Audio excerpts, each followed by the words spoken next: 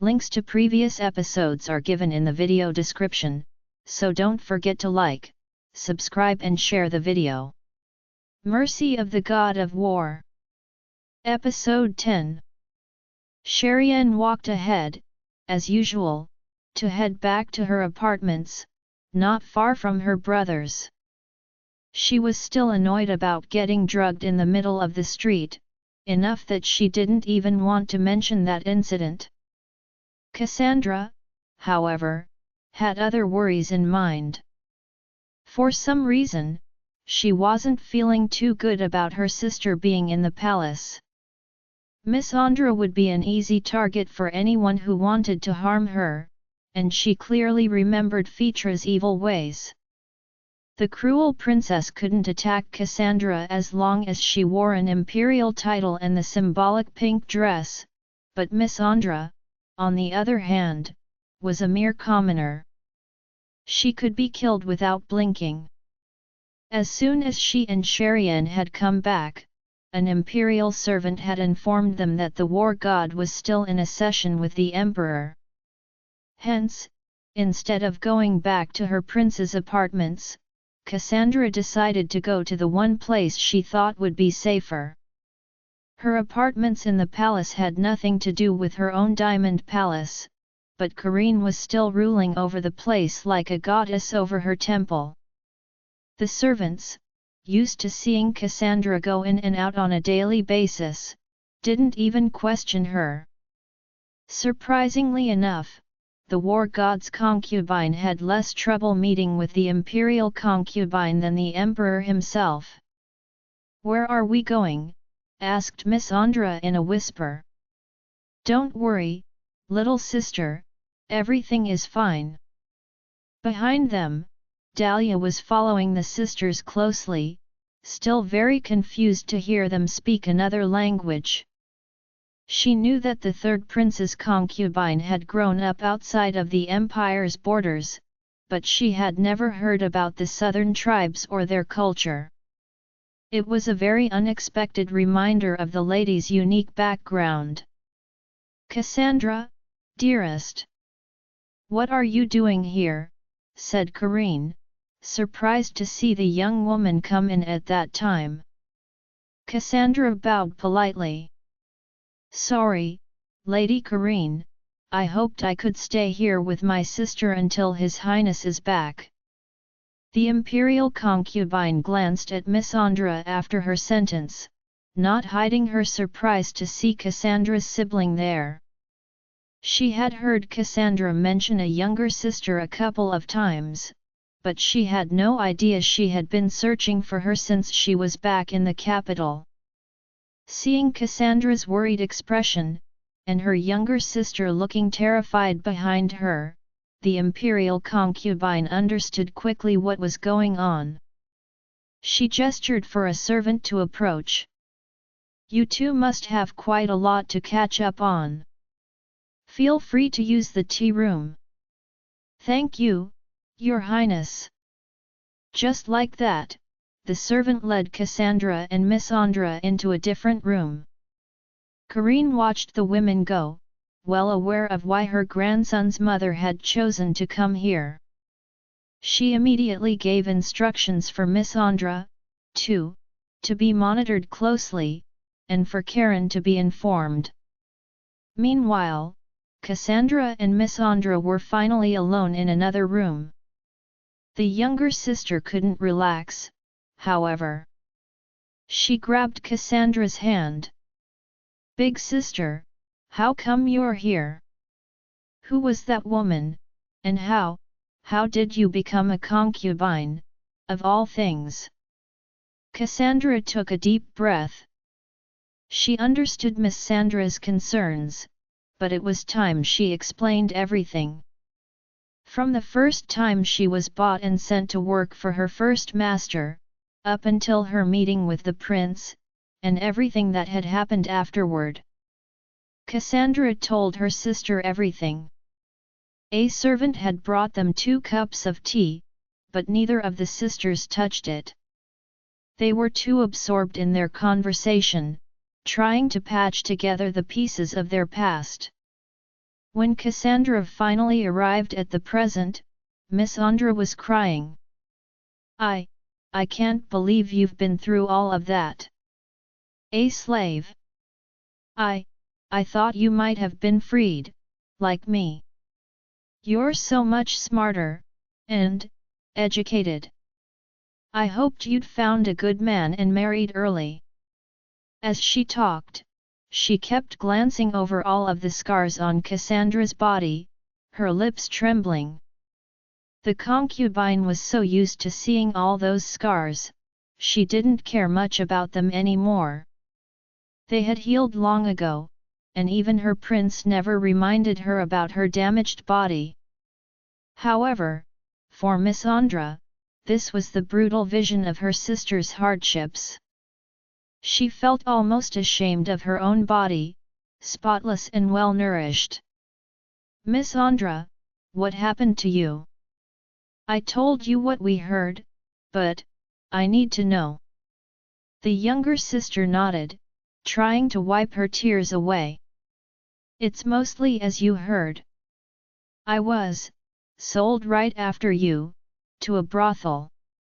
Until I was 13, they simply trained us, groomed us to be beautiful and seduce men. I had my first customer when I was 13, but I wasn't tamed. I didn't want to lay and be a toy for them to play with. So whenever I could, I would rebel, cause a ruckus, and make sure I was locked away from the customers for a while. I stole as much money as I could without being noticed. I had intended on buying myself out of slavery, but I didn't think someone would pay my debt for me. Was that the husband they mentioned? Miss Andra nodded. A good man, actually. He was a scholar's son. We got along because he was smart, my favorite customer. With the money he borrowed from his family, he convinced my last workplace to sell me to him, and he bought my freedom. Marrying him was part of the deal, but I didn't mind. What happened then? His father got mad when he learned that I was a former slave and prostitute. He chased both of us. I wanted us to just go and buy a house, but he kept wanting to go back and convince his family. He went there 4 times and, the last time, he didn't come back. I thought he had abandoned me, but then I learned one of his father's concubine's sons had killed him. So I never appeared in front of his family again. So that's when you decided to open your shop? Exactly. Truth is, I thought many times about leaving the capital, but I've been here since I was 7. I wouldn't even know where to go. Cassandra let out a long sigh, disheartened. She was glad Miss Andra hadn't suffered too many hardships, but it didn't take anything from her pain as an older sister to hear that she had been made a slave. I am so glad we are together now, she said. I still do not trust those people, replied Miss Andra with a frown. They are murderers, big sister. They won't hesitate to murder their own blood. Miss Andra, I promise he's different. Her younger sister shook her head in disbelief. They take as many concubines as they want, they toy with them, and they throw them away like trash. Do you know how many times I've seen this, in the Red District? Some women are dying to be made concubines, and then a few months later, we find their bodies outside of the gates. I am his only concubine. He probably killed the previous ones. Cassandra stayed silent. Sadly, that was the truth.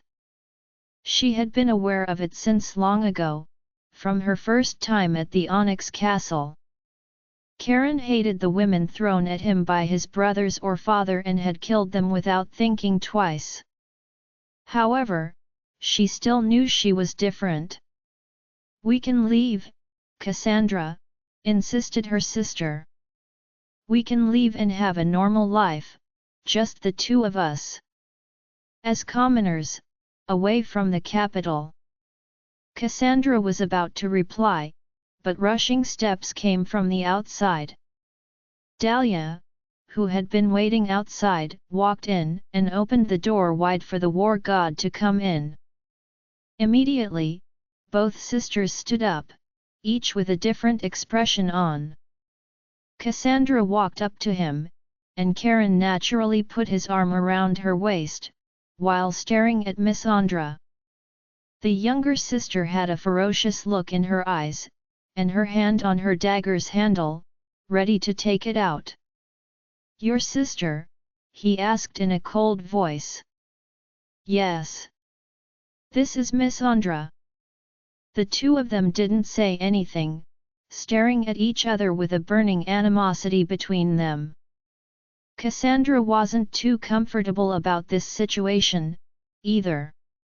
Her heart felt uncomfortable, and she turned to her prince, trying to repress it. Can she stay with us for now? Big sister, I don't want to stay here. You should leave and leave that man. Miss Andra, I promise you will be fine. But I am not leaving him.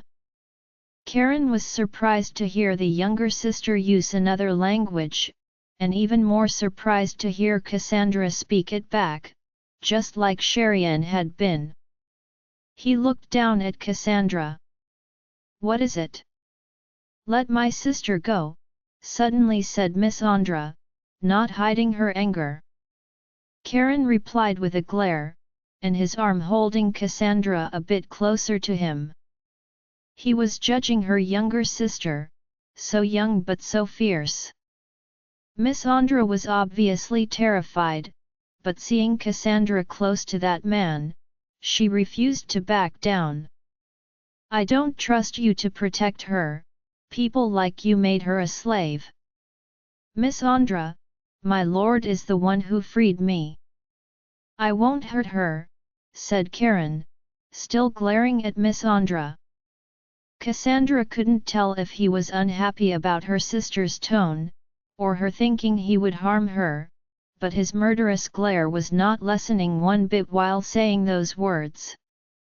She was terrified he would kill her if he ran out of patience, and put a hand on his torso, hoping to have him calm down. I'll explain to her, Miss Andra, I promise, you can trust him. Trust him? Whispered her sister in disbelief. Trust him? The last man I ever saw you with, dragged you by your hair across our village to sell you. I am never entrusting my sister to any man again. The instant Miss Andra had let out those words, the war god's eyes darkened, turning to Cassandra, furious. Who did that? What? Asked Cassandra, confused. Who dragged you by your hair? She shook her head, baffled. He had been angered by something that had happened to her long before he had even known her. I don't remember, it was such a long time ago, she said. The men who raided our village and sold us. Calm down, please, it is not important right now. He kept himself from asking again, but Cassandra could tell by the look in his eyes, that the matter was far from over. She turned to her younger sister, who also seemed baffled. The war god's reaction had obviously exceeded her expectations of him, leaving her confused. Miss Andra, stay for a few days at least, please? We have so much to catch up on, and I want to show you how safe and happy I feel with Karen. Please.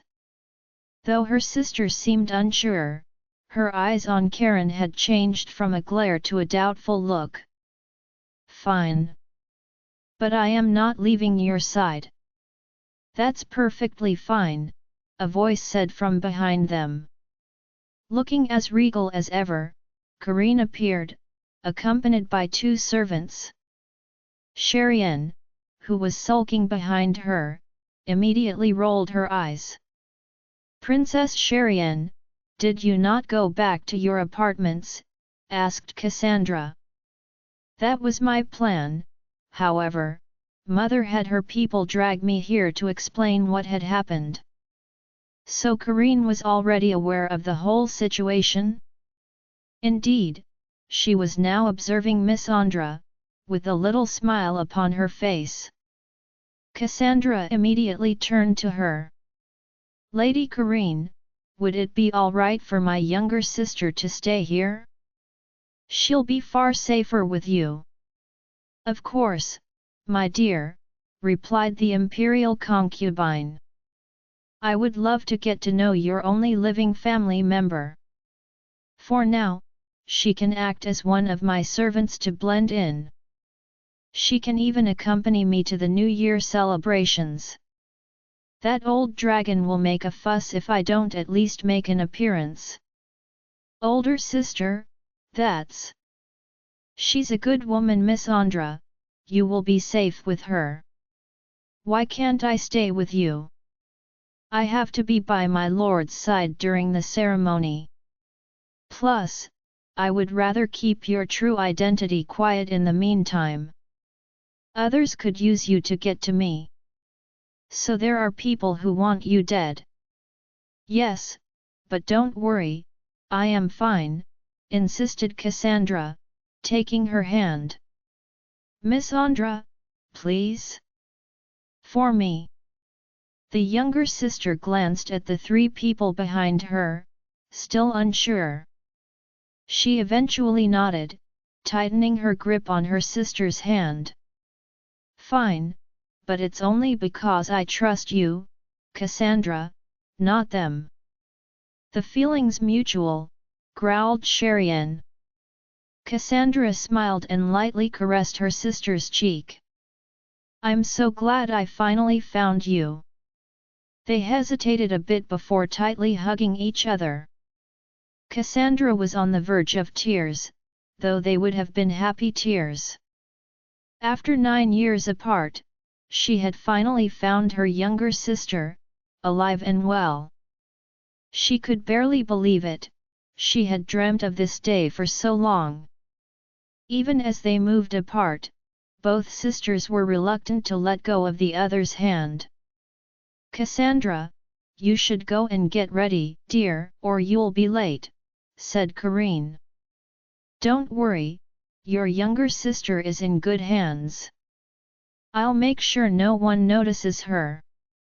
"Where are you going?" asked Miss Andra, worried again. "I'll be right back, I promise." Cassandra smiled at her sister, before following her prince outside. She felt anxious to be parting with Miss Andra, even if it was just for a short while. However, the Imperial concubine was right, she had to get changed before the start of the ceremony.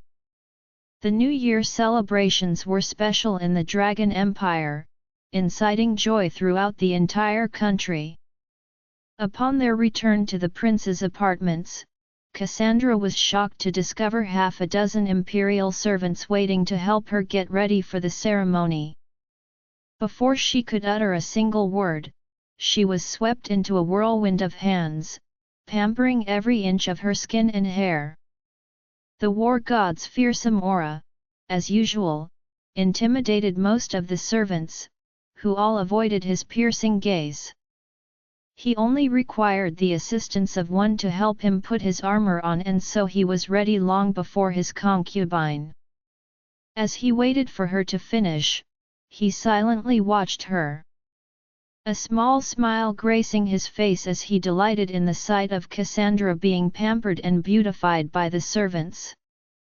Cassandra's shyness was adorably innocent, she kept blushing at any compliment and each accessory given to her. He knew his father had sent a lot from the Empire's precious treasury. Every piece of jewelry she wore was dazzling on her skin. It was mostly diamonds, gold, and emeralds that accentuated her pale skin and sparkling green eyes, along with her pink dress. The dress itself was exquisite. Little diamonds that were embroidered into the bodice sparkled when they caught the light, while several long layers flowed around her each time she moved. It was seductive enough for a concubine's apparel, yet the pale pink and delicate fabric left a hint of innocence and purity. Cassandra felt relieved when all of the servants were finally chased out by her prince. She had never been comfortable with crowds, especially not crowds of imperial servants all surrounding her to touch and manipulate her. She looked at herself in the mirror, fascinated by the stranger gazing back at her. Was that really the woman who was a worthless slave a few months ago? Now, she truly looked like a princess. Even her hair had been styled beautifully, with little braids and some sparkling gold jewelry in it. She turned to Karen with a shy smile and walked up to him. She had noticed how much the prince enjoyed seeing her getting all dressed up, compared to her usual simple looks. Cassandra knew it also satisfied him to see her adorned in pink, leaving no doubt of her current status. "I want to take you right here and now," he whispered. "Can we wait until after the celebrations?" Cassandra chuckled. "I think I really like this dress." He smiled and pulled her in close to him. They exchanged a long, tender kiss. As he was sitting and she was standing, Cassandra wrapped her arms around him to caress his neck and hairline, a gesture she loved doing. After all the events that day, she was happy to be back in his comforting embrace. She was slowly realizing just how much she loved to have him close, and how much she missed him when he wasn't. "Are you happier now?" he asked. "I am. I finally found my younger sister. She's grown so much, but she's still a baby in my eyes." Miss Andra was 16 years old now, and Cassandra herself had turned 18 only a couple of weeks earlier. She was glad they had finally found their way back to each other, despite all the years apart. It was better to have waited 8 years than to have never been reunited at all. Cassandra was so grateful for this incredible reunion. "All is good then," whispered the war god. "Are you still concerned that I am unhappy here?" He nodded, putting his forehead against her little baby bump. She noticed he liked touching and caressing her growing tummy. "As long as you are happy, your sister can come along with us anywhere." Cassandra couldn't help but smile, a bit moved by his words. She had worried to the point where it felt like a thorn was stabbing into her heart, but Karen had extinguished that fear without even knowing. "Truth is, I was a bit worried about you meeting my sister." He frowned and peered up at her, wondering what she could have been worried about. He never had any intention to harm Cassandra's kin or anyone she loved. He wouldn't even have thought of hurting Miss Andra, he just didn't care much for her. He couldn't understand her train of thought. "I wouldn't hurt her," he said. "Oh, no, I didn't mean it in that way. I was more concerned that you might, like her." Cassandra flushed red as shame washed over her. She had just found her younger sister, yet that hint of jealousy in her heart wouldn't go away. Since she had been with Karen, her heart had grown into that of a woman's, and some darker feelings came along with that. She couldn't help it, constantly seeing the other concubines all so pretty and dolled up, striving to get men's attention. Her own jealousy and fear had awoken within her, when those women had tried to seduce her prince right in front of her.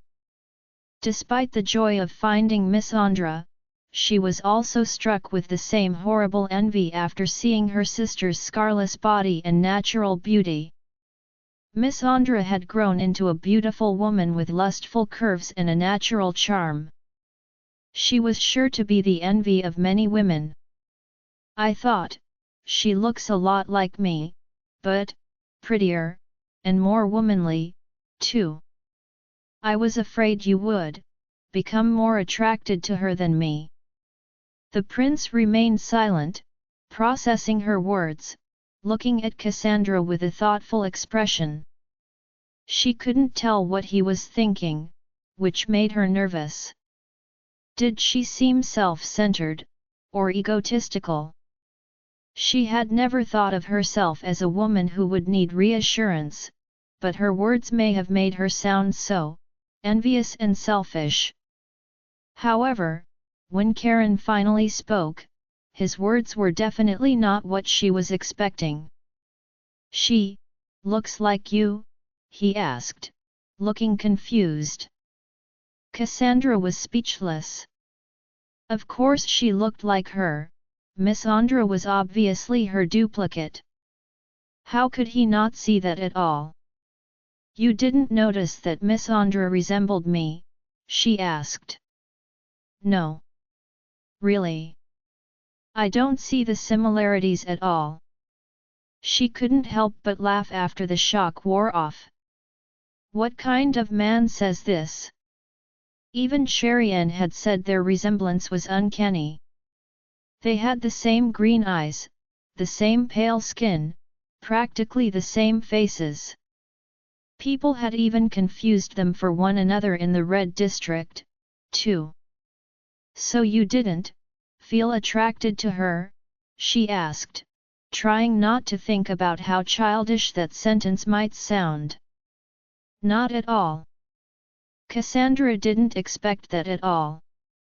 Her prince had never seemed responsive to any other woman besides her, but Miss Andra was her younger, prettier, and Kavya sister. And yet, Karen didn't seem to feel anything or even see the similarities between them. She couldn't stop laughing, realizing how stupid she had been, and how incredible this man was. The whole thing seemed ridiculously funny now. Karen was still baffled by her laughter, but he couldn't stop himself from smiling too. Cassandra rarely looked so genuinely amused, and her musical laughter and sparkling eyes were beautiful. Does it make you that happy that I'm not attracted to your sister? She shook her head, kissing him softly. Then, she put her hands on his spiky cheeks, unable to stop her smile or the wave of pure love she felt for that man. She stared intently into his dark eyes, her feelings bursting out of her chest. I'm happy because you see me for me, she whispered in his ear. Like I'm the only woman you can see, the only one you want. He was a prince. He could have any woman, slave, or noble, from anywhere in the world, even the most beautiful ones. Yet, he only had eyes for her. Cassandra the slave, with her scar-blemished skin, malnourished body, and pale complexion. She was among the least beautiful women in the palace, in her opinion, but he never seemed to see that. Karen agreed that indeed, his eyes only admired Cassandra, but was more stunned that Cassandra hadn't realized this already. Truth was, he had barely ever looked at other women, except to satisfy his desires. He knew what beauty in a woman was, of course, but Cassandra had come and destroyed every standard he had long ago. Ever since he had set his eyes on her, this inexplicable and unmeasurable attraction he had towards her eclipsed everything else. She was the only woman that appealed to him after that, and the more he learned about her, the greater his attraction grew. The numerous scars in her undernourished body that left her feeling so self-conscious were, for him, merely the infuriating reminders of what his woman had gone through. He hadn't even realized how other women no longer appealed to him until she had pointed it out. What he had become aware of, however, was the devouring desire to keep her all to himself, and the bloodthirst for any man who dared to touch or even look at her. He nodded and stood up, holding her in his arms gently. "I want to see you in a gold dress." "A gold dress?" Cassandra asked. She had never heard about golden dresses before. The dress used for imperial weddings. She was rendered speechless. So brides in imperial weddings wore dresses in gold? How fancy! She had assumed they married in purple. Or maybe orange or yellow, like the commoners.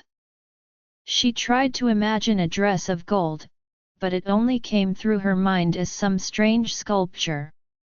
However, she knew what he had meant by that statement. "Can we ask your mother's permission first?" she asked. "My mother? Why? I am not so sure that would be a good idea. I want Lady Kareen's opinion. My mother loves you. I know, but she is also a very reasonable and smart woman. If I hear her opinion, I will make up my mind faster. Please." The prince frowned. He didn't like the idea of Cassandra needing anyone else's opinion to become his wife. He wanted her to be sure, to say yes here and now, then get married right away. The fact she would want to include anyone else in the matter annoyed him. However, the imperial concubine liked Cassandra a lot. The prince was certain she would approve and so eventually nodded. "Thanks," said Cassandra, giving him another quick kiss. Cassandra didn't know much about the New Year celebration in the Imperial Palace. In most modest families, a little dinner was prepared, prayers of thanks were uttered to the dragon gods, and families spent the night in their garden or the streets looking at the stars. Street fairs would appear everywhere around the capital, for people to go out and enjoy the festivities. There were plenty of tents around full of hot food, prayer candles, incense, and decorations. In the rich or noble families, the festivities came to them. They would have their garden set out for a great reception, where they would invite friends and family to watch entertainers and spend the night together. They definitely wouldn't mix with the commoners, though. Cassandra was pretty sure most of the same festivities would take place within the walls of the Imperial Palace as well. So she wasn't surprised when the prince took her to a large garden surrounding a beautiful lake. With the night slowly falling, the colors reflecting off the water under the moonlight were absolutely gorgeous. It was a very flowery garden, and the servants had hung hundreds of decorations, paper lamps, and dragon puppets. All the ladies wore their prettiest gowns. The women lounging around wore thick makeup and flaunted every piece of gold jewelry they owned. Their dresses appeared brand new and extra fancy. A lot of people turned their heads when Cassandra and Karen walked by. Everyone except the Imperial family had to bow, and that's when Cassandra realized there weren't many outsiders invited. She recognized a handful of generals, some ministers, and the emperor's counselors. Aside from those people and their families, the whole imperial family was present. Around 100 people were there in total, including all the princesses and concubines. The servants were working hard, constantly bringing food and drinks to the tables, while serving the whims of everyone and being careful of each guest. For once, there were no dragons in sight, but truthfully, there wouldn't have been much space for anyone to sit if they had attended. The whole garden was filled with people and tables surrounding the large shimmering lake. Cassandra was stunned by the beautiful scene in front of her. She stayed close to her prince, holding on to his arm while he guided her towards his mother.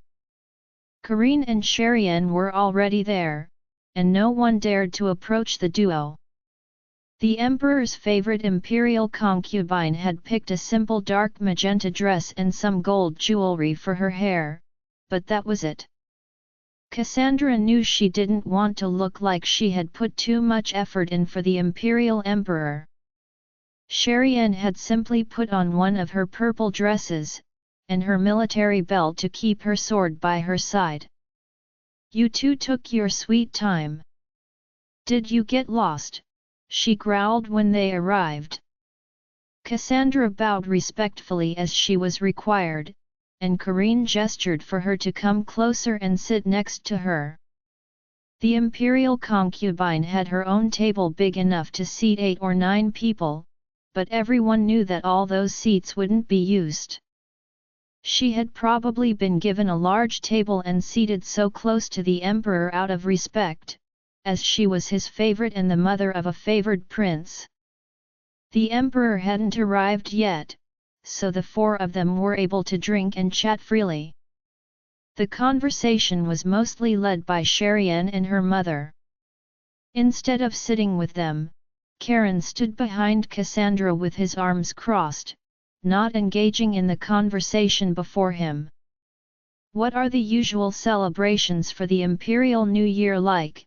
asked Cassandra. "Oh, that old man will give a speech about it. Afterwards, we will get to enjoy a few shows, some of the concubines might sing or dance, then we can eat and drink the rest of the night away, until we are too tired." Cassandra was surprised to hear that some of the concubines might demonstrate their talents tonight. She hadn't expected that. The women usually watched professional performers along with the imperial family, but she had never seen any take the stage. She hoped she would be left alone, though. She hated having any form of attention on her, and would rather go unnoticed, staying by her prince's side.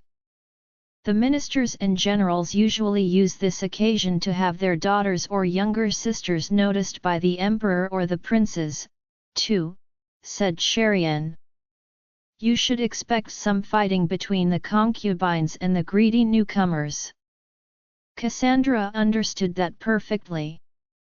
No wonder all the young concubines had gone the extra mile to appear prettier than ever. They were probably hoping to eclipse all their opponents. Indeed, some younger girls by the general's side were dressed in their best outfits and with lots of jewelry, already sending glances here and there. Cassandra couldn't help but frown, seeing some of them sneakily eyeing her prince. "Those little pests," grumbled Sherian. "As if the concubines weren't annoying and petty enough, they give them kittens to play with. Do the princes usually notice them?" "You bet," scoffed the princess. "Our 5th brother is a real dog when it comes to beautiful women, he just wants them all."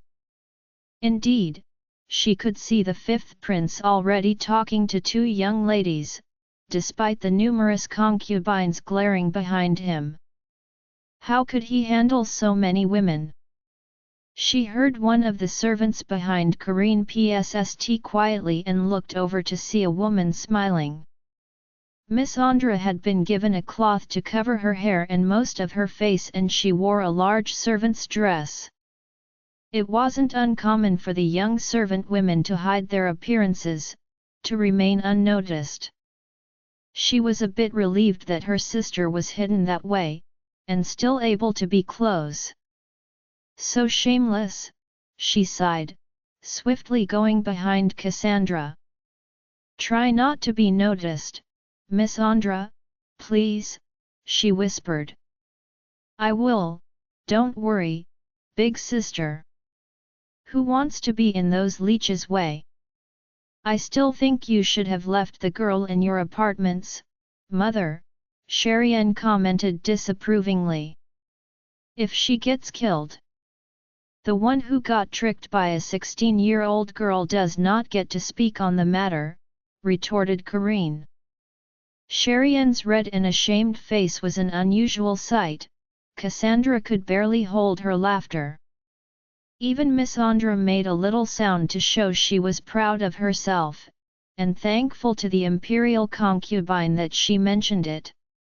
Apparently, Karine had managed to win a bit of her trust in that short lapse of time without Cassandra.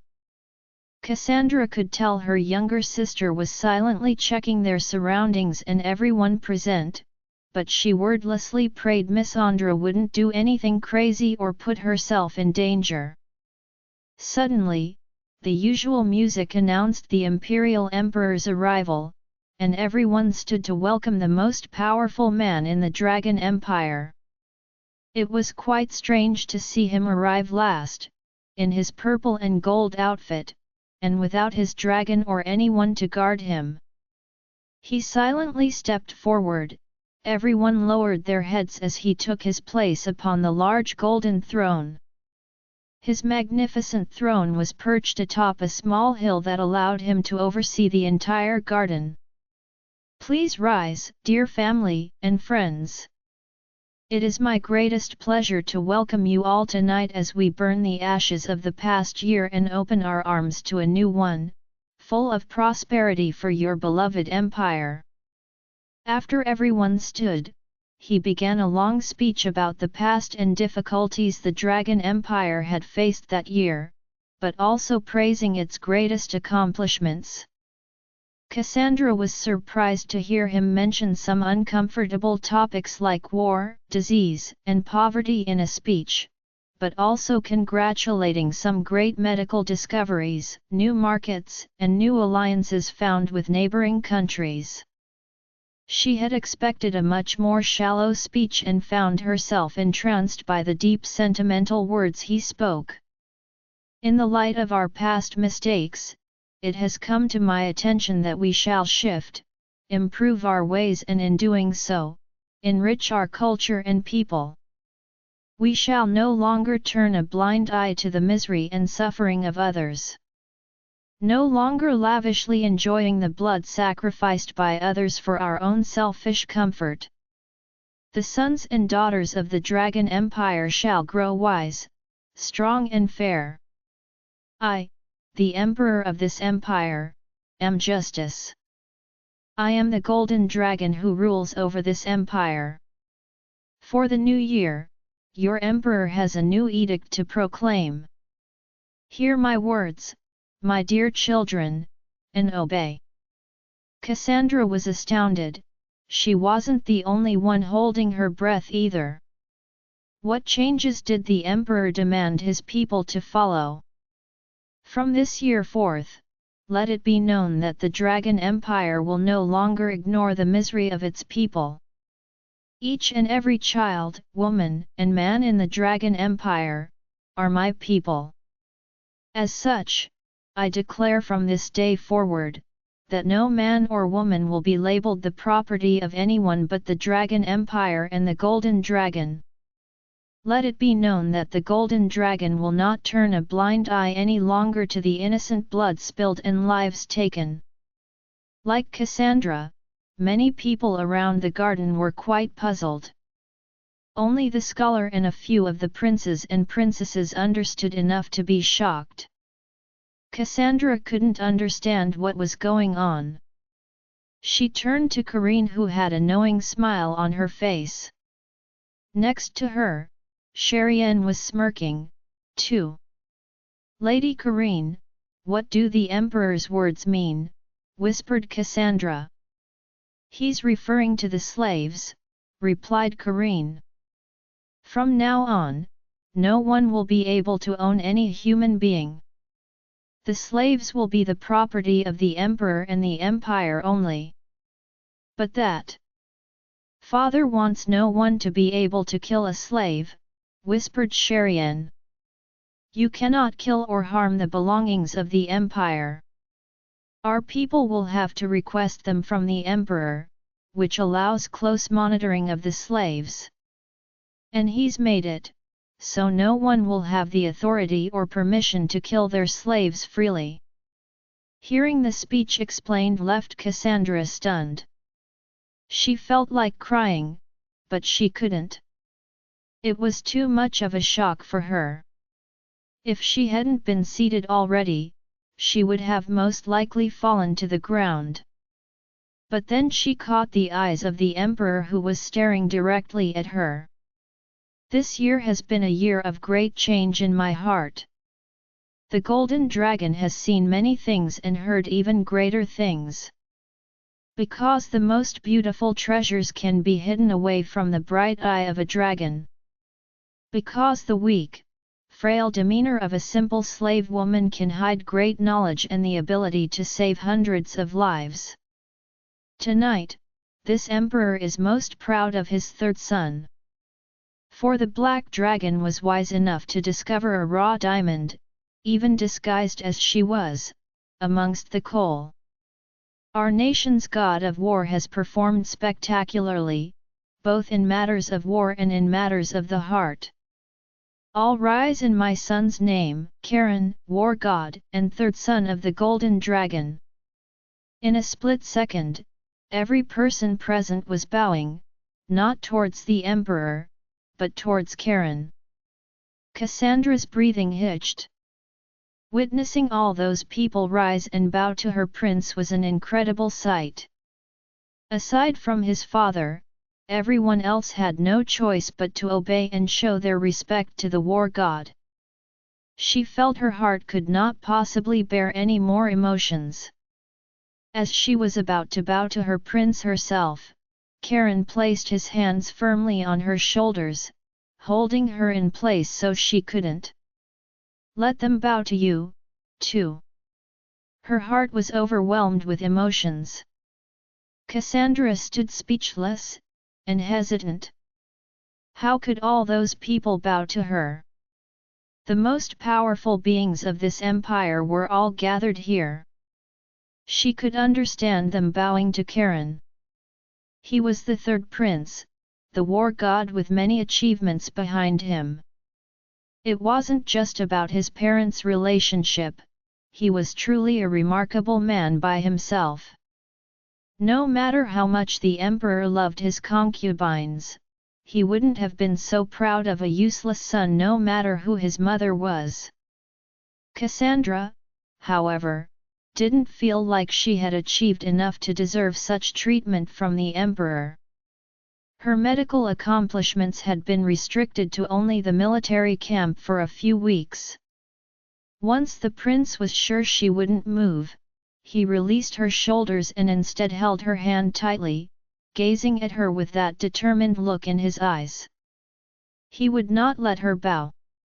So, though a little frightened, Cassandra didn't bow, despite her trembling hands and that little burst of fear growing in the back of her mind. As she looked around, the only other person not bowing was, of course, the Imperial Emperor himself. To her disbelief, as their eyes met, he gently smiled at her. That was the most heartwarming, unexpected exchange she had with that man so far. With just one look, he gave her the confidence she needed to keep standing, to wash away the fear that had been engraved into her from the many years she endured as a slave. "All right, you may all rise," announced the emperor shortly after. As everyone stood up, Cassandra only had one thought. She turned toward the second prince with his entourage, and sure enough, the whole group gathered there was glaring at them. Cassandra wasn't clueless about what the emperor had just done by putting one of his 6 sons forward. Though he couldn't be named as the official heir yet, Charon was clearly his favorite, and the fact that Cassandra was bearing his child was bringing the most joy to the old emperor. As soon as their son was born in a few months' time, the third son would be appointed as the official heir. She tried to understand the reactions of his brothers. Sure enough, the second son Vrihan had a sullen look on his face that said it all. Anur, as expected, was as happy as usual, speaking to one of their sisters. The fifth and fourth princes didn't seem fazed at all, for one was gawking at the young ladies, and the other looked bored to death. The first prince, however, was looking in their direction with a gentle smile. Cassandra had heard little about the first prince Zephyr, but he was clearly in favor of Karen being picked. Even during the usual banquet dinner talks, which she tried to listen to a bit, he was often on Karen's side and supportive of him. She wondered how their relationship was so good. "Your Highness, this is too much. A lot of nobles won't accept this change," suddenly said one of the ministers, stepping forward. "Slavery is an essential part of our empire's economy. Besides, we are already doing a great favor to all those war prisoners by giving them jobs, and a chance to stay alive. We should." "How many slaves do you personally own, Minister?" asked the Emperor. I would say roughly 30, Your Highness, but my wife manages such things in my stead, so." "How much do you pay your slaves?" I am not sure. The usual amount for a lower servant, I guess." Several people sitting around clicked their tongues. The Emperor sighed. "My dearest, White Lily, come here please." After a few seconds, Cassandra realized that the nickname didn't belong to one of the Emperor's concubines, but to her. Karine gently pushed her forward, and Cassandra shyly walked up to the Emperor, who was holding out his hand. A bit hesitant, she put her hand in his, and he caressed it, like a grandfather would have shown affection to one of his grandchildren. "Do you see this beautiful young lady, Minister?" The man had his mouth open, clearly confused. Despite her gorgeous pink dress, and the jewelry she was wearing, Cassandra's scars were visible. Thin white lines on her pale skin, like the disturbing canvas of the perfect beauty she could have been. He seemed to slowly understand, but didn't dare say a word yet. "My son took her as his concubine a few months ago, and she is now carrying my grandson." "See, congratulations, Your Highness." "Thank you. But before my wise son picked this flower, do you know where she was blooming?" No. "Tell him, White Lily." "I was a slave," said Cassandra. The guests around had no idea and gasped. Some may have remembered the unusual incident that had taken place during the dragon's offering at the Red Moon Festival, and were able to make the link between the frail slave back then, and the beautiful young lady now standing before the Emperor.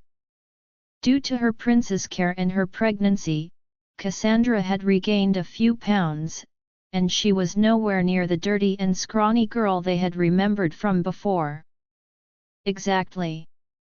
This young lady was a slave in the house of the previous minister, the exact same spot you acquired 6 months ago. Cassandra was surprised. So her former master had been replaced by this young man. He was as shocked as her, and bowed, a bit ashamed. "I had no idea, Your Highness." "My White Lily, how much did you earn back then?" Nothing, Your Highness." "Not a coin?" Cassandra shook her head, a bit embarrassed by the memory of those days. Not only did she not get any money for herself, but she also had to beg for scraps from the kitchen, and considered herself extremely lucky on the days she could have a hot meal, or fill her stomach.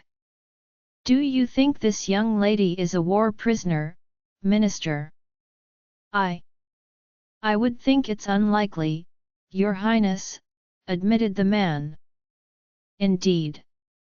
Any scholar present knew who the enemies of the empire were, and none would include white-skinned people. Aside from that, a young woman like Cassandra would have nothing to do with war prisoners who were enemy soldiers, usually captured on the battlefield. She was proof that the slavery system was unfair, and put innocents in shackles for the sake of the wealthy.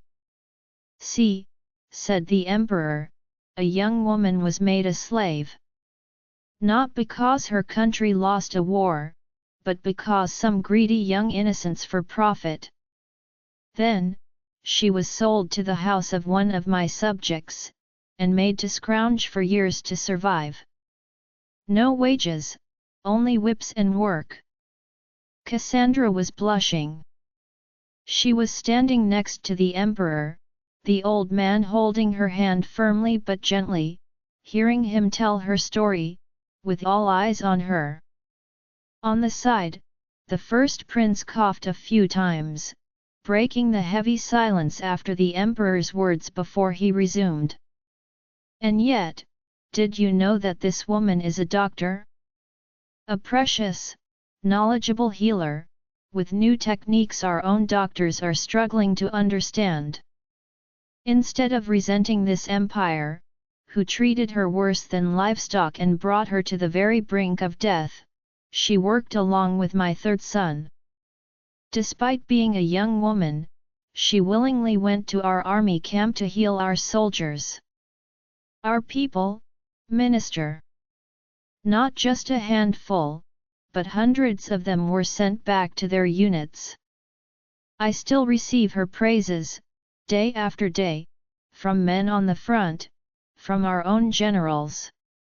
Now tell me once again, Minister, I dare you to tell me just how much your slaves are paid. Despite the shock, the young minister seemed reasonable enough to acknowledge his wrongs. He bowed lowly, not only to the emperor, but to Cassandra as well. Not enough, Your Highness. I thank Your Highness and the young lady for opening my eyes to such unfairness. I promise to pay closer attention to my household slaves from today on, and will give Your Imperial Majesty my full support on the changes to be made within the slavery system of our beloved Dragon Empire. Cassandra was surprised.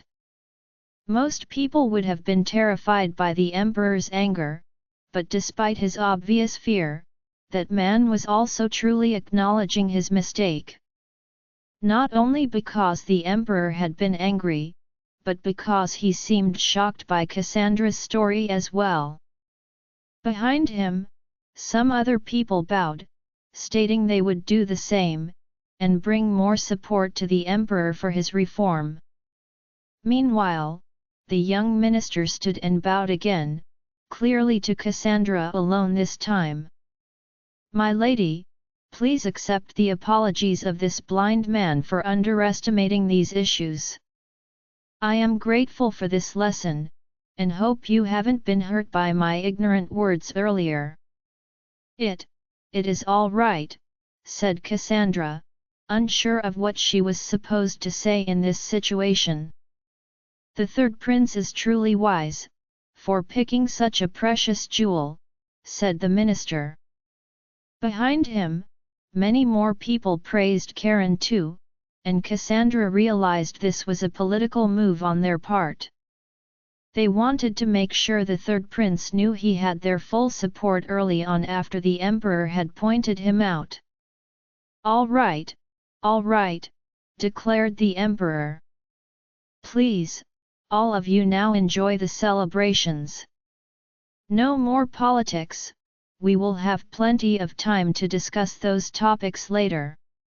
Enjoy yourselves. A wave of applause and praises rose before all the guests went on to chat, drink, and eat. The emperor, however, still held Cassandra's hand, not letting her go, so she turned to him. Are you having fun, White Lily? he asked her. Your Imperial Majesty, thank you for your generosity. That matter is truly important to me, Cassandra replied, trying to hold back her tears of gratitude. I know, my dear White Lily. It is for me too. Now, tell me, how is my grandson growing? Just fine, Your Highness, she said with a smile, rubbing her little bump. Good, good. I can't wait to meet him. Be sure to rest often and bring him to me as soon as he's born. You make sure to give my son a daughter or two, after that. I want a granddaughter as cute as her mother. Cassandra chuckled. Did the Emperor want granddaughters to dote upon instead of Sherian or Kareen? He smiled back at her. I have a present for you, my White Lily. Wait just a moment. He gestured for a servant to approach, who was carrying a little chest. Look at this. Looking very proud of himself, the Emperor opened the chest. It contained a golden tiara. Cassandra was speechless. The design was thin and intricate. It was beautifully made. Despite the little tiara being so thin, she could tell it was a valuable item. Aside from the gold, there were little lilies made of white jade with pink diamonds in their center, making her realize why he had gifted that item for her. Your Highness! Do you like it? It's beautiful. Isn't it?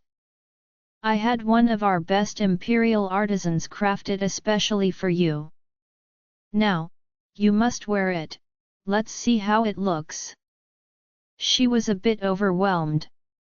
Was it all right for her to wear a tiara? That kind of item was usually reserved for the Imperial family only. Regardless of her uneasy thoughts, she couldn't refuse the Emperor. She lowered herself down to allow him to place the precious tiara upon her head. Despite looking so thin and delicate, the precious piece of jewelry felt quite heavy on her head. Cassandra stood up, and the Emperor looked proud. Perfect, perfect. I knew this one would be perfect for you, my precious White Lily. Now go, enjoy the festivities. That stubborn son of mine will get angry at me if I monopolize too much of your time here. He and his sister never learned how to share. Cassandra chuckled politely before thanking him once more and walking away. Sure enough, she felt many eyes following her as she made her way back to her prince, who was indeed waiting. He held out his hand for her but was staring at the item on her head. That old man, he sighed. You don't like it? I don't like you wearing another man's present. His jealousy was really something else. Cassandra smiled gently though, and gave him a quick kiss to appease him. It worked, as he helped her sit back with their little group. She heard her younger sister step closer. HMPF. I guess that old man is not completely rotten to the core after all. Are you admitting His Highness might not be a villain? I'm still deciding, replied Miss Andra. Cassandra knew just how stubborn her sister could be, so having her revise her judgment, even just a little, was quite an achievement after only one day in the palace. She smiled at her younger sister, who blushed under her hood. Oh, so the wild kitty can be tamed, I guess, joked Sherian, who had watched the whole scene. Miss Andra frowned and turned away from Sherian, ignoring her. Meanwhile, everyone had resumed their socializing and drinking. The first performers had arrived, playing songs and singing hymns to the glory of the Dragon Empire. What language was that, with your younger sister? Asked Kareen, whispering to her side. Our native language, from the southern tribes. All tribes spoke the same language, though each had their own slightly different dialects. It's very impressive that you both remember the way of your people after you lost them at such young ages, admitted the Imperial concubine. I used to sing, Miss Andra suddenly said. I remembered our mother's prayers and sang them over and over again, so I'd never forget. I did the same, whispered Cassandra, surprised her younger sister had the same sentiment that she had. In their tribe, children learned a lot of the language through songs and prayers. It was an important part of their culture, to show their respect to the nature gods, who Cassandra still firmly believed in. Whereas, the songs the musicians were currently performing only sang about men. About the glory of the past warriors, emperors, and scholars of the Dragon Empire. Cassandra hadn't sung out loud in years. Her previous master had heard her sing once and beat her half to death for it. She accused Cassandra of cursing her in a savage language, most likely because she had no idea what her song was about. Cassandra was looking at the performers, and something silent and painful was blooming in her heart. She missed her homeland. Reuniting with Miss Andra, who had changed so much after all these years apart, had brought back memories she had buried deep in her heart. The familiar sounds of the water, the smell of the seaweed and soaked wood, were still engraved in her. She loved the rivers surrounding her village, the wild streams, fresh wines, and peaceful waterfalls. Playing barefoot in the mud, diving with her sister, and swimming with the fish, learning from their mother about every treasure the nature goddess had to offer. Are you all right? Karen had put his hand on hers, scrutinizing her with a concerned expression. Cassandra nodded, smiling in reassurance. I was just lost in my memories, she admitted. She was about to add something, but not far from them the first prince started coughing loudly again, so much so that people were distracted from the performances, and turned to watch him. The closest woman to him that was patting his back, looked genuinely worried. Cassandra frowned in worry as well. This cough sounded really horrible. She turned to Karen. Do you mind if I? It's fine, I'll come with you. Karen frowned, but she didn't say anything to stop them. They both stood up and walked over to the first prince, who was having difficulty catching his breath. Cassandra politely bowed to him. Are you all right, Your Highness? Do you need any help? Ah! Lady Cassandra. If you don't mind. He's been coughing more than usual, explained the lady in pink next to him. He had a bit of a fever, too. Indeed, he looked extremely pale. Karen pulled a chair up to help his older brother sit, as the first prince's concubines were gathering around. Karen's glare kept them at bay though, leaving only the first concubine next to them. His Highness was born with weak lungs, she explained. Usually, he only gets sick once in a while, but, she trailed off, not needing to finish. Cassandra was careful, but she had to check him out. She put her fingers on his forehead, confirming his fever, and put a hand on his back and chest as he was coughing again, closing her eyes. What are you doing? Asked the concubine, confused. I'm trying to sense how his lungs are reacting to his coughing. The sound resonates through his thoracic cage. As the prince's cough subsided, Cassandra's expression was becoming gloomier. She knew this kind of chronic disease. It wasn't so rare, but unfortunately, it had to do with his weak respiratory system, and she knew there was no definitive treatment.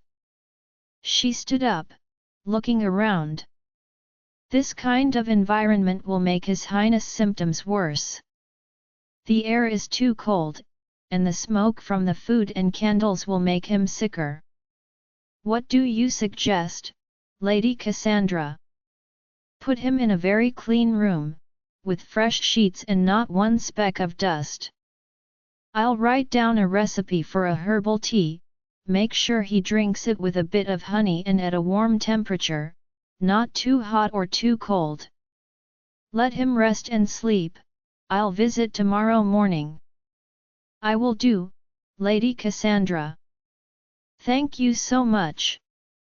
As soon as she was done writing the recipe down, the worried concubine escorted the first prince out. Compared to the other young ladies who were reluctant to leave the party and follow them, Cassandra could tell that one following genuinely loved and was worried for her prince. A lot of people who weren't watching the first prince's exit, had their eyes on Cassandra once again. The concubines rarely cared for anyone but their own prince, yet she had spent several minutes checking over Prince Sephir, and chatting with his favorite concubine, too. She walked back to Karine and Sherian, trying to ignore all the eyes on her. There were way too many people around. Father! All heads turned to Phaedra, and Cassandra stilled. Whatever that woman was about to say, she knew she wasn't going to like it. Isn't it time for the young ladies present to show off their skills? It would be boring to only have professional entertainment, right? Fifth brother, didn't you mention some of your ladies just yesterday? It wasn't like Phaedra to praise anyone else. Sherian and Cassandra exchanged a look, unclear of the princess's motives. Let me guess. This one is as cunning as a snake, whispered Miss Andra. Dione. Stay away from her, Lihu. Miss Andra nodded.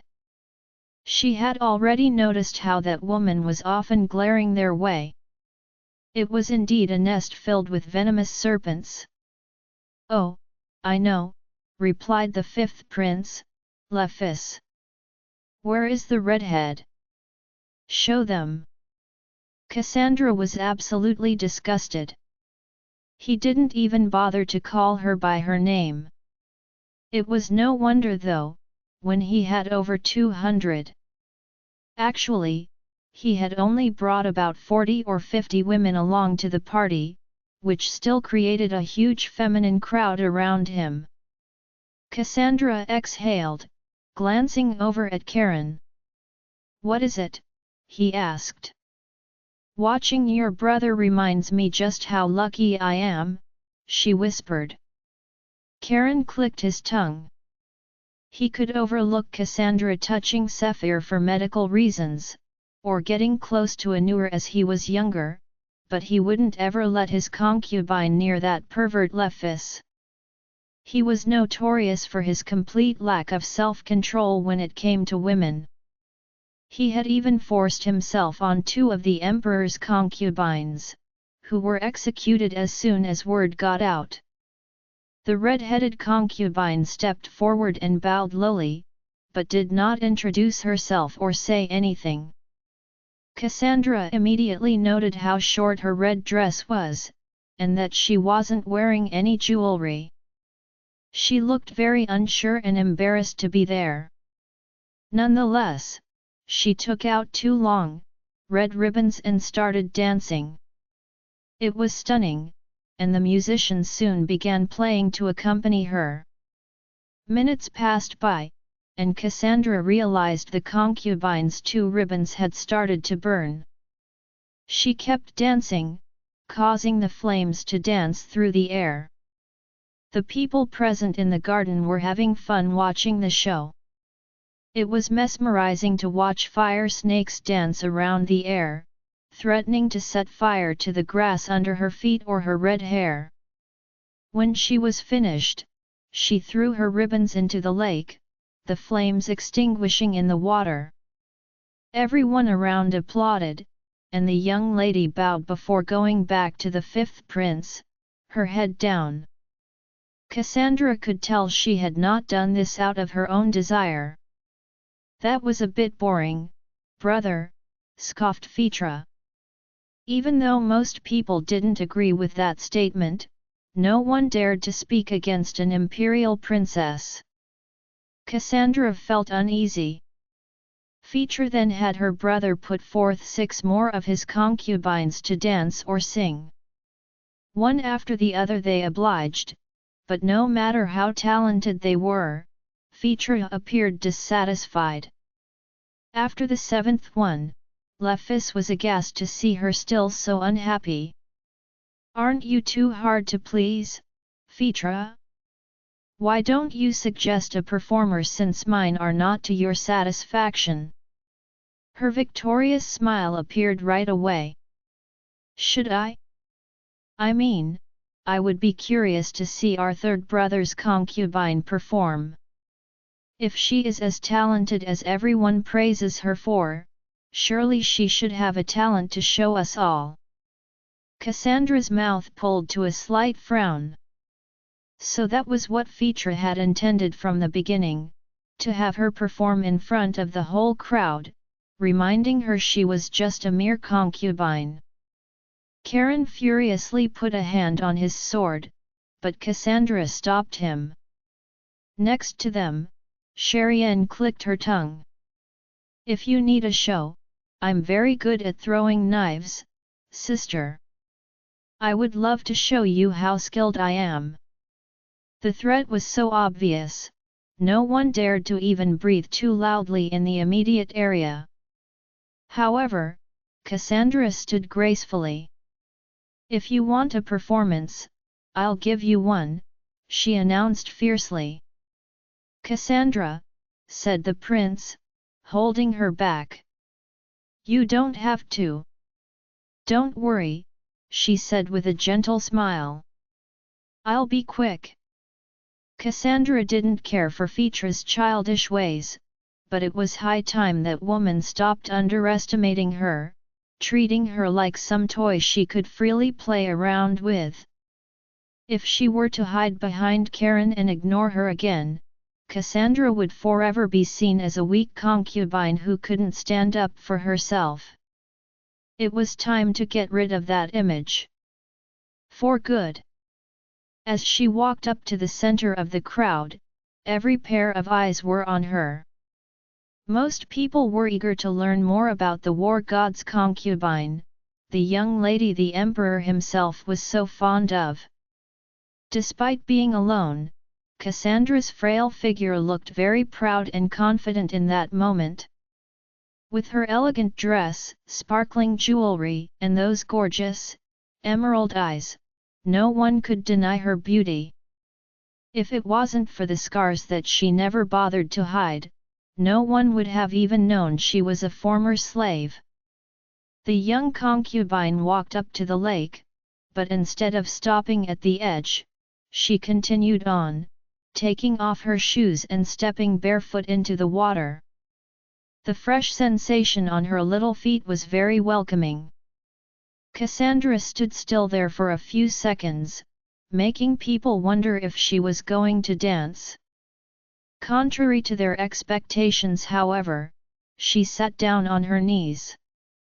All of her lower body was now immersed in the water. She put her palms face down over the top of the water, her hands not breaking the surface, as if to merely get a sense of its untold secrets. Cherienne peered over at Miss Andra, who was smiling. It was apparent the younger sister already knew what Cassandra was doing. Cherienne thought about asking, but then decided against it. She would rather see for herself. After a few seconds of silence, Cassandra opened her lips and began to sing softly. No guest could have guessed this. Not only was the language Cassandra sang in completely unknown and very strange to them, but her voice was deeper and much clearer than they had expected.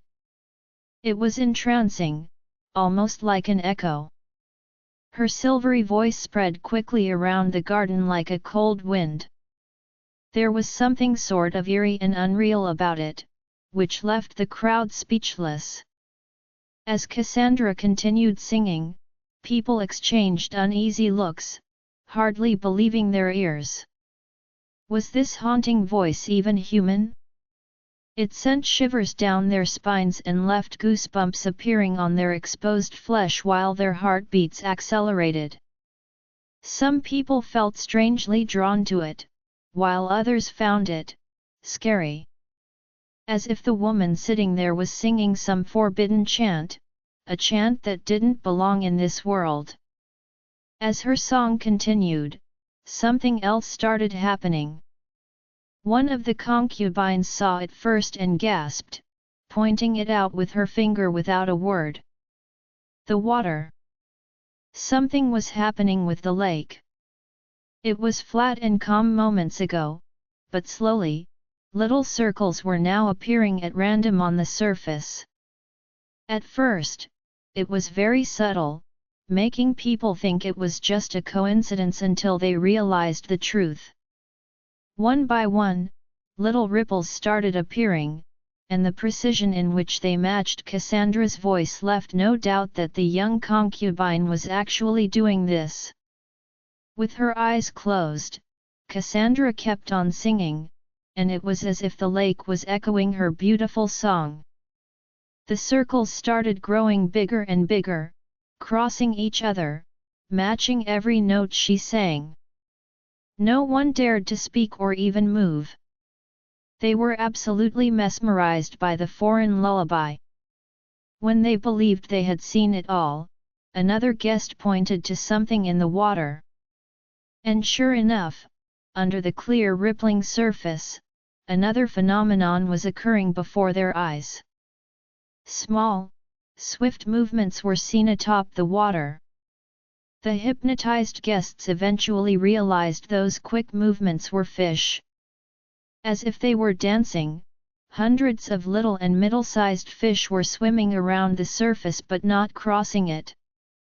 Moving in shoals, the underwater creatures were gliding in circles and curves, so synchronized it was incredible to witness. As unbelievable as it was, they were definitely reacting to Cassandra's song. Most of them were gathering close to her in such large numbers that all of the water around her was filled with fish of various sizes now. Bigger fish started to appear as Cassandra's voice became deeper, taking the majority of the audience by surprise. Among the arriving fish, a large white carp was dancing around in the middle of the lake, following the currents created by the others. With the song taking a new turn, the ripples increased, smaller ones, but more agitated. Something was getting a bit creepy about her song now. The clear surface suddenly broke and little waves appeared randomly, chasing the smaller fish back into the lower levels of the lake. The larger fish stayed. At that very moment, Cassandra opened her eyes, staring directly at Phaedra. The princess was visibly uncomfortable with that. There was something threatening about this song. The more she heard, the more she wanted to run far away from Cassandra. She was shivering uncontrollably, feeling frightened and worried. The lake, too, was getting dangerously violent.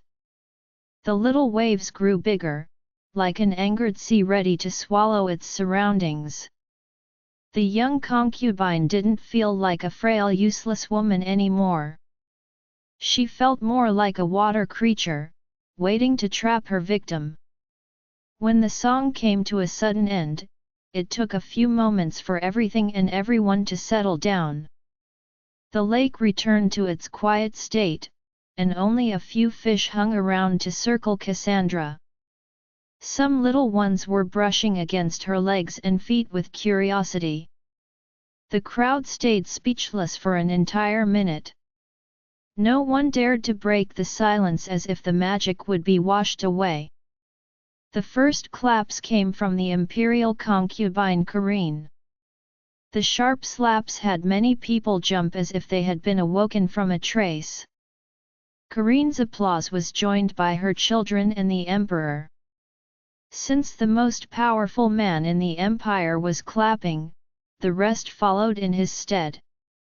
While everyone was cheering loudly and applauding her, Cassandra rose gracefully, sending one last glance at Phaedra before turning around to leave the water. "Beautiful! Absolutely heavenly," complimented the emperor. Cassandra bowed, before walking back to her prince. Karen stood to go and meet her halfway. In her chair, Cherienne let out a long breath. "What the heck was that?" "This is divine power. It's called the mermaid's chant," explained Miss Andra. "In our native tribe, every child begins to learn it when they turn 7. Our people have this ability to modify our voice to have it match and change the water's natural rhythm." "You're telling me this was all a water trick?" "That was no trick. It takes years of training to master it. My sister was naturally gifted with a great voice, she learned it in a few short months. Some people practice their whole lives without success. Your people could never even attempt to master it." "Miss Andra, please," said Cassandra as she arrived at their side. "What?" "It's true. The Rain tribe is one of the very few tribes who descend from a mermaid and inherited her voice. People in the Dragon Empire can't imitate that." "That's only what the legend says," chuckled her sister. While Cassandra and Miss Andra kept bickering, Karine was still utterly amazed. While the Imperial family had inherited the gift of dragon taming, she had never suspected other people could have characteristics to rival it. Underneath her meek appearance, Cassandra had kept quite a precious gift hidden. Today's demonstration was a real shock. "Well, well," exclaimed the emperor. "Phaedra, after that, I don't think you could claim you're unimpressed any longer. My white lily, what a gift you have! You need to come and sing for this old man sometime, I would be delighted to hear that beautiful song again." No one around said a thing, but they were clearly shocked. Why did the emperor make it seem so normal? That woman had just sung something so strange and shook up the whole lake. No one could look at Cassandra with the same presumption as before. That song was heavenly. And whether people had felt fear or bliss while listening, they all shared the same strange feeling of wanting to hear the song again. The emperor ordered for more entertainers to come, but after Cassandra's song, everything following her felt quite bland in comparison. However, there was an unexpected effect from Cassandra's performance. While Cherienne went on to chat with the ministers present and Karine slipped away to converse with another imperial concubine, a group of young concubines quickly appeared to greet and compliment Cassandra. "Lady Cassandra, your song was marvelous. I didn't realize you had such talent. Your dress is so beautiful, it suits your skin tone perfectly. Is that the emperor's gift? How lucky!" While she was taken aback by the sudden wave of praises, Cassandra answered politely, but nothing more. She hadn't forgotten the cold treatment she had received previously from those very women. Cassandra couldn't trust any of them, regardless of their words and smiles. She was actually grateful to Karen, as the war god's presence next to her discouraged those women from standing too close to her. They didn't dare get within a 5-foot radius of him. Cassandra was sure they all would have been overwhelming her otherwise. They didn't even mind her clipped answers much. Most of their chatter was amongst each other, about how beautiful and smart she was, or how surprising it was that she could sing so well, as if Cassandra needed to hear them repeated 100 times in order for her to believe their words. "What a bunch of annoying leeches," sighed Miss Andra behind her. "What did that servant say?" yelled one of the concubines who had heard her. "Nothing that wasn't true," replied Cassandra, standing up. "If you are done, I'd like to eat in peace, ladies." In other circumstances, the concubines wouldn't have let that remark go. They would have complained to their princes, maybe got the servant killed and perhaps even Cassandra punished. However, it had been made very clear that the war god's favorite was not someone they could even consider punishing. Hence, they had no choice but to bite their tongues and swallow their pride. "Where are you going?" asked Karen. "Just going to take a stroll. I'll get sleepy if I just stay here, laze around and eat." "I'll come with you." Cassandra shook her head, glancing pointedly at the group of men decked out in uniforms. She knew they had been waiting patiently to the side for an opportunity to approach. "Aren't you going to talk to the ministers at all?" "It's all right, I'll take me and Dahlia with me." The war god pouted. It was the expression he always made when Cassandra was making a reasonable suggestion he wasn't very fond of. He reluctantly nodded, glaring the poor minister's way. "Fine. But be careful, and stay where I can see you." "I'm not leaving the area," she promised, giving him a quick peck on the lips. The area was indeed crowded with people gathering in little groups to chat. Cassandra soon noticed most of the groups consisted of concubines gathered around their man, or men talking amongst themselves. Much to Cassandra's surprise, many of them paused their conversations to greet her. Whether it was her relationship with Karen, the emperor's speech earlier, or her song, something had changed in the way people looked at her. The women started actively trying to befriend her, while the men were a bit extra. She didn't care for either performance and did her best to avoid the groups. All the young concubine wanted was to take a quiet stroll, but she hadn't thought it would be so complicated. Miss Andra played the part of her servant, carrying a small tray of food, and providing excuses to avoid people who were acting too obnoxious. Compared to Miss Andra, Dahlia was being much quieter and somewhat awkward. Cassandra had realized that the young woman had become a lot more shy since Miss Andra had appeared, but couldn't figure out why. As she was talking with both of them, a duo she hadn't expected to encounter walked up to her, followed by a crowd of concubines, the 5th and 6th prince. "Lady Cassandra! That song was terrific," exclaimed a newer, polite and smiling as usual. "I had no idea you could sing so well." "Indeed," sighed Lephis. "None of my concubines could sing half as well as that, not even the best ones. I'm a bit disappointed. I thought our older brother's tastes were odd, but now I realize he might actually have a good eye for women." Cassandra didn't like the way he spoke or how he was talking about his concubines.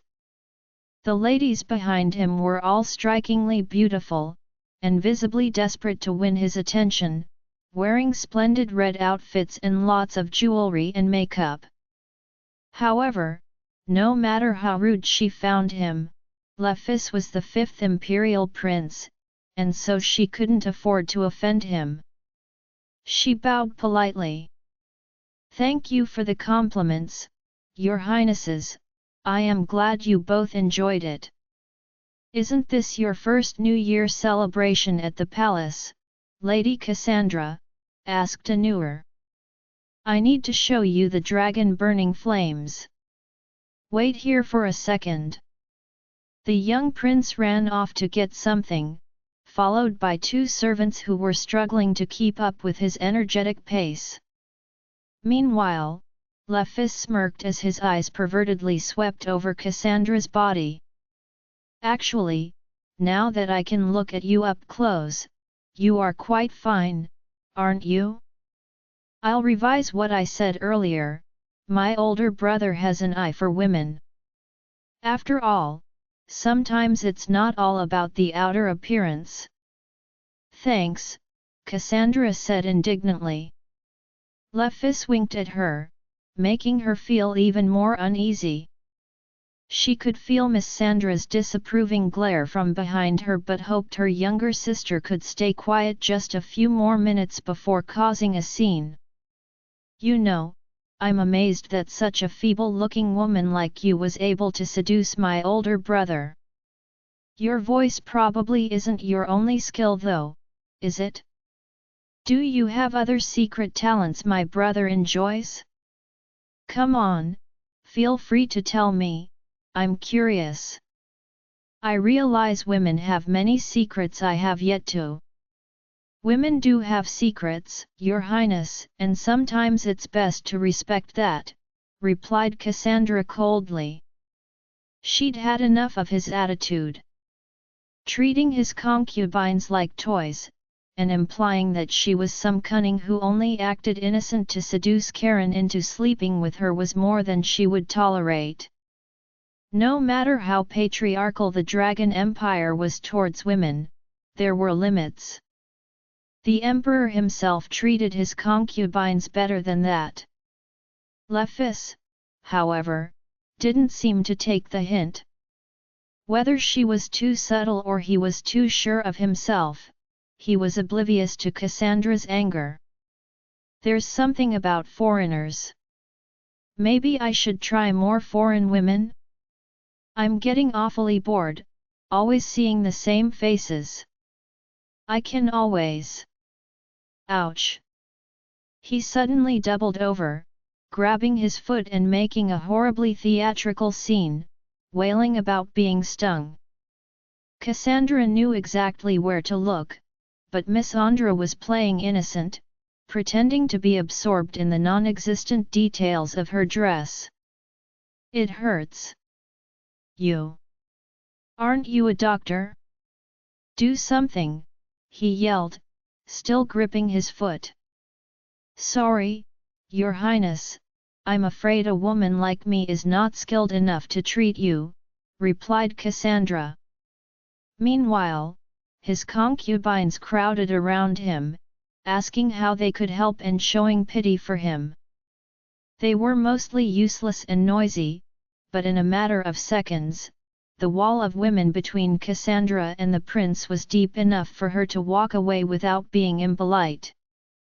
Miss Andra was laughing behind her, unable to hold back any longer. "What did you do?" asked Dahlia, at a loss. "She dropped some stinging nettles onto his foot," chuckled Cassandra. "I didn't see you do it, but I recognized the leaves on the ground.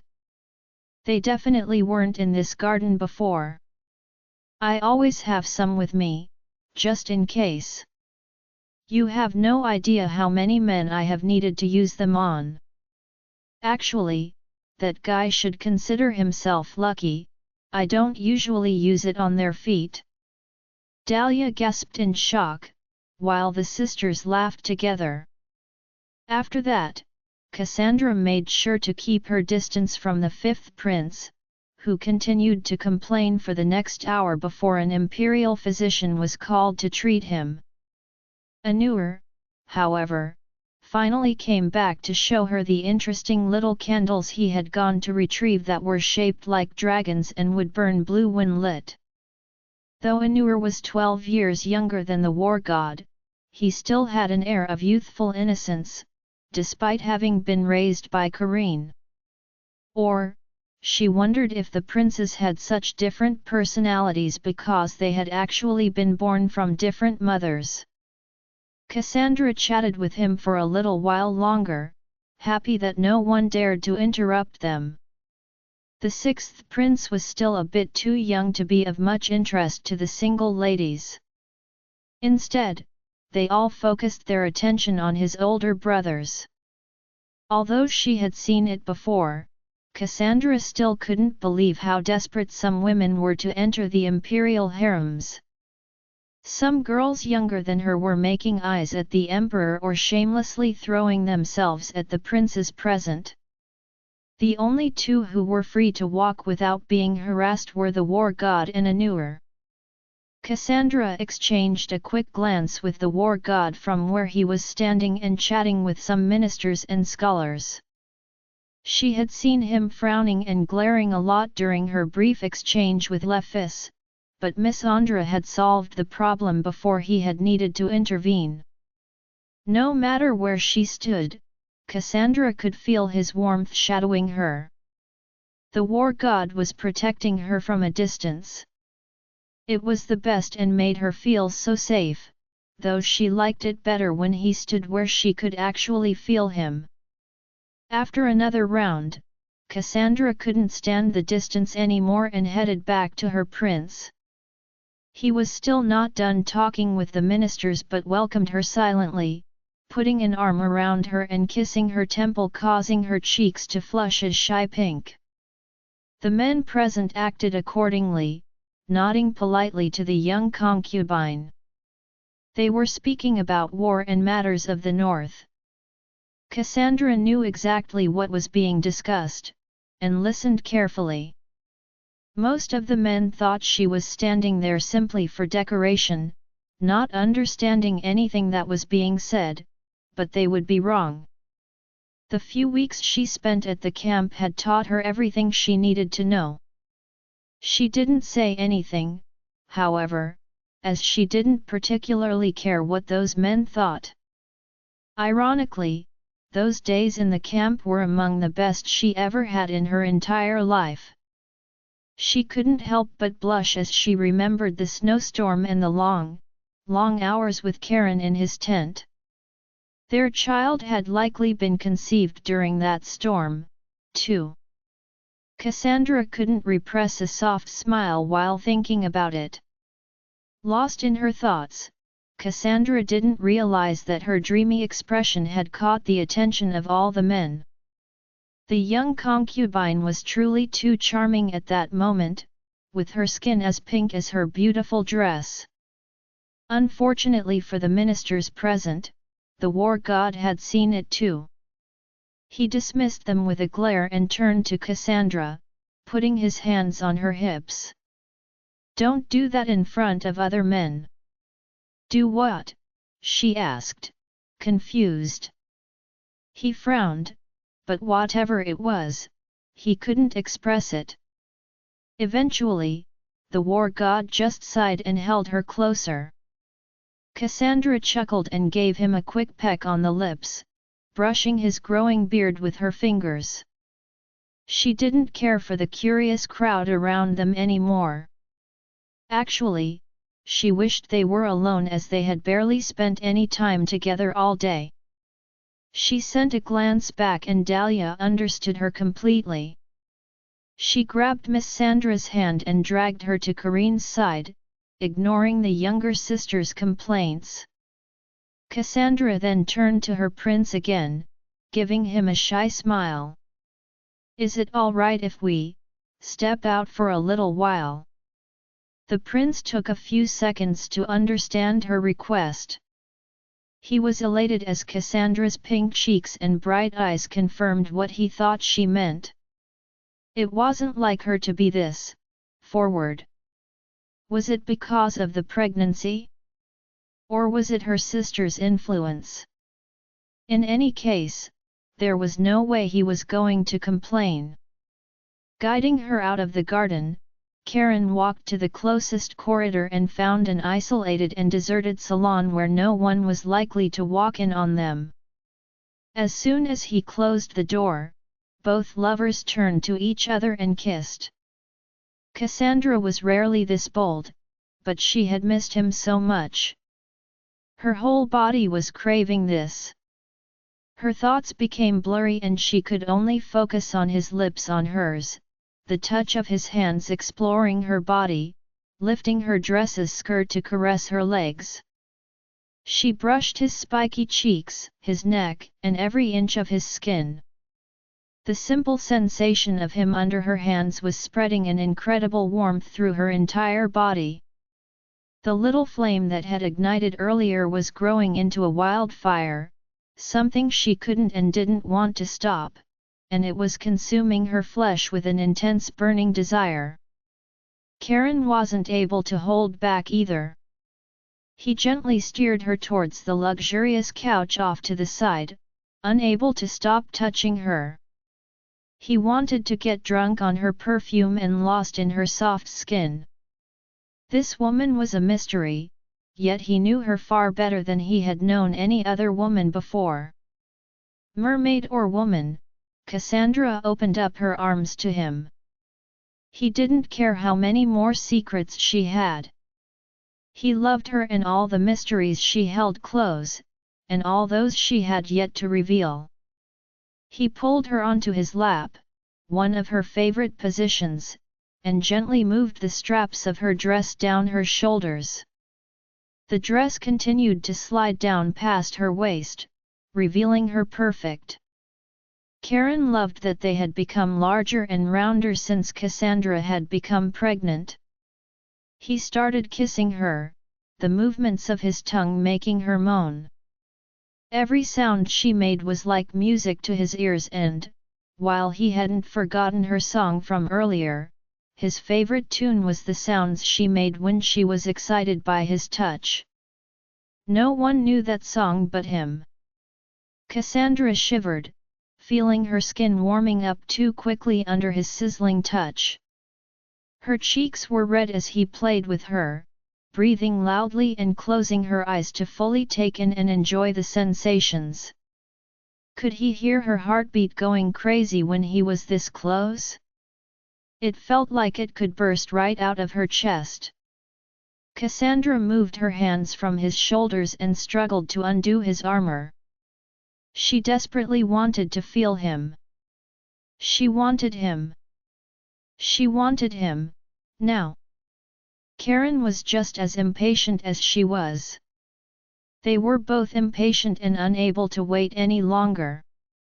Karen started. He just wanted more, so much more of this woman. He gently pulled away, making her flinch a little, and kissed her skin gently. Cassandra let out a long satisfied sigh, her desire appeased. They didn't need any words as she kissed him gently, savoring his taste just a bit more. Feeling better? He asked. Much. It was as if he knew she had needed this. A little break away from the world, just the two of them, indulging in their desires. They stayed like this a while longer, just caressing and kissing each other, gently and slowly, savoring the moments alone. Neither of them felt like leaving their little bubble and going back yet.